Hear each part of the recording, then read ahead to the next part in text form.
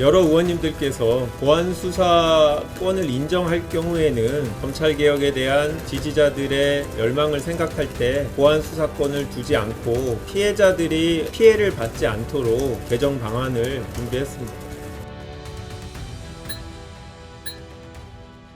그야말로 민주시민들의 정의로운 분노가 검찰 최후의 발악을 막아낸 것으로 보입니다. 민주당이 검찰개혁의 일환으로 신설되는 공소청에 보안수사권이 아니라 보안수사 요구권만 허용하고 중수청 직제까지 일원화하기로 가닥을 잡았다고 하며 해당 내용을 담은 검찰개혁 후속 입법을 당론으로까지 확정했다는 소식입니다. 결국 대다수 민주시민들이 수용할 수 있는 또 정권 초반기 국정위에서 마련했던 검찰개혁 내용이 대체로 관철된 것인데, 이에 민주당은 정부와 최종적인 협의를 거쳐 수정 법안을 마련한 뒤 3월 초까지 입법 절차를 끝내겠다는 계획이라고 합니다. 즉, 검찰개혁 법안을 완전히 누더기로 만들었던 봉욱 민정수석발 엄격한 중수청 이원화 및 수사사법관, 그리고 정성호 장관이 이재명 정부의 검찰은 다르다며 줄기차게 주장했던 공소청 보안수사권 존치까지 민주당이 퇴출시킨 것입니다.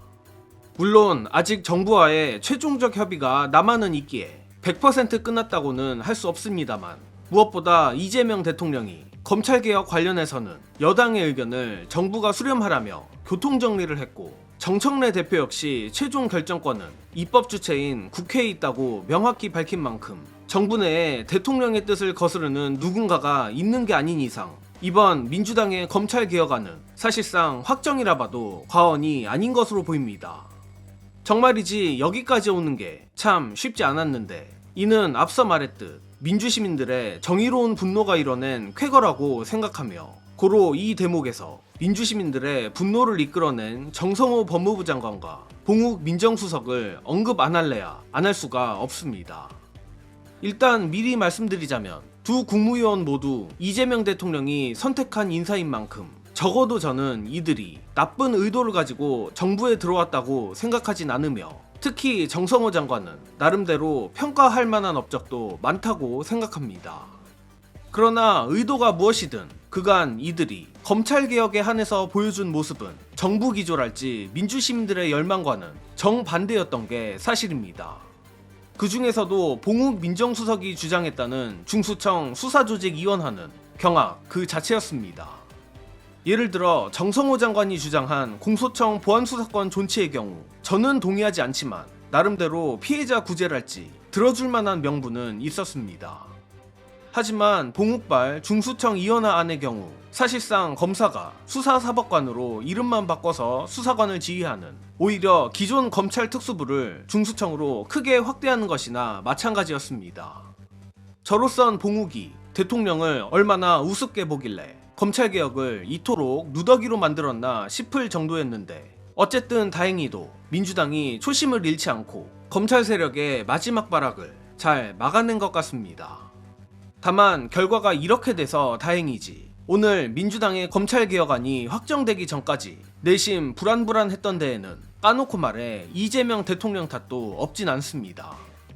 가뜩이나 보안수사권에 대해 이 대통령은 보안수사를 안 하는 게 맞다고 생각한다면서도 예외적으로 필요한 경우가 있다라는 알쏭달쏭한 말을 했고, 이 때문에 당시 민주당이 보안수사권 존치 쪽으로 기울었다는 보도도 많이 나왔던 게 사실입니다. 그래서인지 저 역시 말은 안 했지만 봉욱발 중수청 이원화라는 최악의 시나리오를 막은 것에 만족해야 하나 싶었고, 또한 많은 민주시민 분들께서도 이재명 대통령을 향한 답답함과 원망을 토로하기도 했었습니다. 물론 당시 이 대통령의 진심을 100% 알 수는 없지만서도 저로선 나름대로 선회해볼 구석이 있다고 생각하는데, 예컨대 이재명 대통령은 정치검찰의 가장 큰 피해자고 동시에 검찰개혁의 이해 당사자일 수밖에 없다는 겁니다. 따라서 그것이 옳든 그르든 이재명 대통령이 강력하게 검찰 권한 박탈 의견을 표명하면 정치적으로 부담이 될 수밖에 없고, 이재명 대통령으로서도 검찰의 보안수사권에 대해 다소 애매하게 표현한 게 최대치 아니었을까 싶습니다. 하지만 이재명 대통령이 저는 보안수사를 안 하는 게 맞다고 생각한다라 영리하게 내심을 드러냈고, 마침 김민석 총리가 측면에서 구체적으로 수사 기소 분리 원칙을 강조한 덕에 민주당도 용기를 낼 수 있었던 것 같습니다. 덕분에 행복회로라고 하면 어쩔 수 없지만 결과적으로 이재명 대통령은 검찰개혁에 대한 깊은 논의를 주문하고 입법의 주체인 민주당이 논의를 거쳐 국회가 법안을 확정하는 그야말로 모범적인 그림이 됐습니다. 더불어 민심이 천심이란 말이 있듯 핵심은 민주시민들의 강력한 검찰개혁 열망 덕이었다고 다시 한번 말씀드리겠습니다. 그러나 앞서도 말했지만 아직 법이 공포된 것은 아니라서 끝까지 방심해서는 안 됩니다. 불행회로, 행복회로 다 떠나 오늘 민주당이 확정한 검찰개혁안대로 입법될 가능성이 높은 건 맞으나 봉욱이랄지 정성호 장관, 무엇보다 청와대 내 친검찰 세력이 가만히 있을 거라는 보장 역시 없습니다. 아마 그들은 끝까지 포기하지 않고 이대로 검찰개혁을 하면 피해자가 생길 거라 최후의 반격을 할 텐데, 그래서 앞으로 민주당은 이번 검찰개혁 법안을 보완하는 추가 입법으로 동력을 이어가야 하며, 다행히도 민주당은 이미 보완책까지 전부 마련해둔 상태입니다. 관련해 끝으로 민주당이 멈추지 말고 추진해야 할 후속 검찰개혁 입법이 뭐가 있는지 안내드리며 이번 소식은 여기서 마칩니다. 영상 봐주신 여러분 감사합니다.